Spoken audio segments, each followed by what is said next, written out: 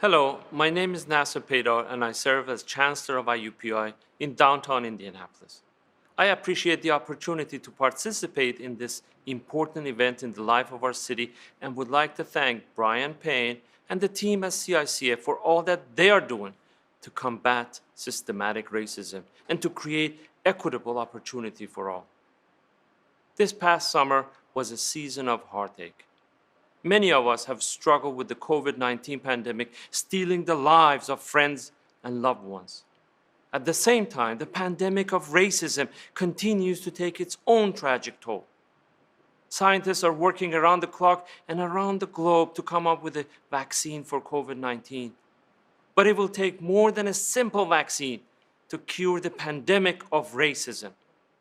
It will take empathy, mutual understanding, and education. At IUPUI, we are committed to providing that education because we count diversity and inclusion among our strongest and most lasting commitments.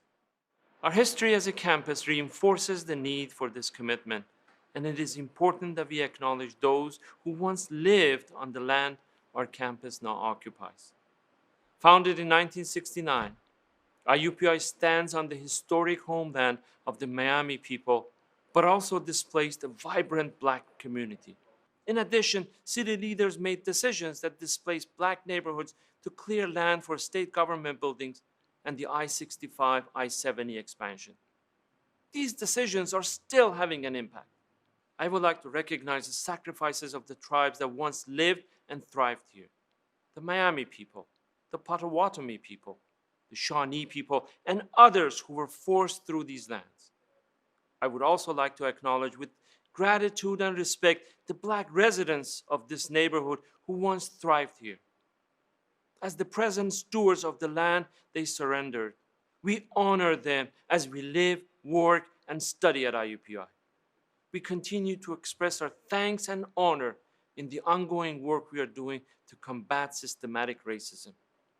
Over the course of years, we have launched initiatives that strengthen diversity and inclusion on our campus, including implicit bias training, mentoring programs, and the White Racial Literacy Project, which includes readings, expert lectures, and dialogue exclusively for white people.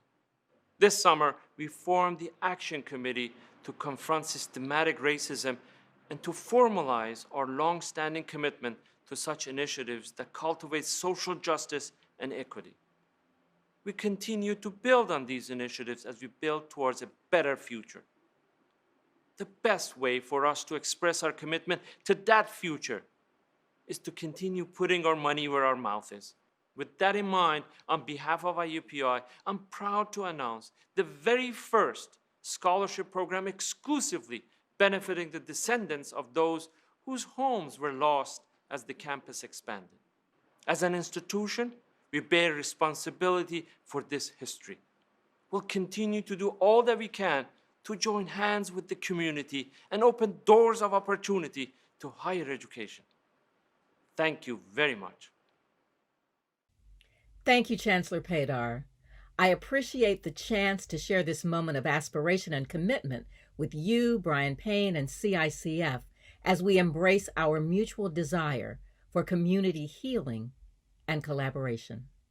As Madam C.J. Walker's great-great-granddaughter and biographer, and as the descendant of African Americans who settled in the Indiana Avenue neighborhood even before Madam Walker's arrival in 1910, I honor the ancestors and express my hopes for future generations, especially as we navigate the pandemic and the urgency of racial reckoning.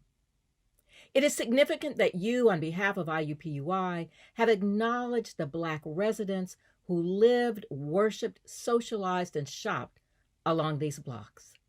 It is fitting that you have reminded us of the Miami and other indigenous people on whose ancestral lands Indianapolis and IUPUI now sit.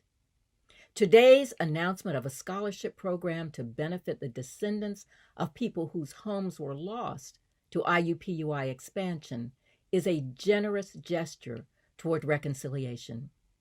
Madam Walker also provided academic scholarships because she understood that access to education led to the kind of financial security that fostered home ownership and business investment in ways that built equity for generational wealth.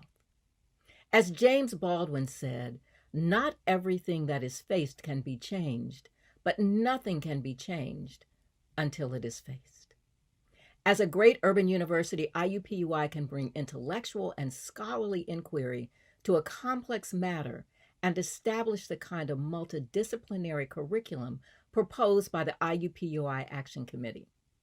As other institutions have examined their legacies of slavery, IUPUI can interrogate how it benefited from the legacy of racial discrimination that is embedded in federal housing policies, banking practices, and local government initiatives like Unigov and the 1958 Indianapolis Redevelopment Commission.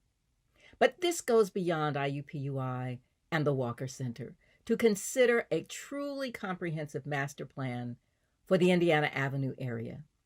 IUPUI should not be expected to go it alone because IUPUI did not create the situation alone.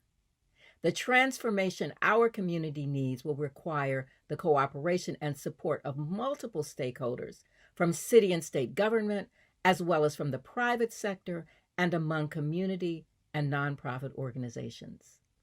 As the Madam Walker Legacy Center begins its new phase, and as the development of 719 Indiana Avenue is sorted out, I can't help but think about the IU parking lot on the south side of the avenue.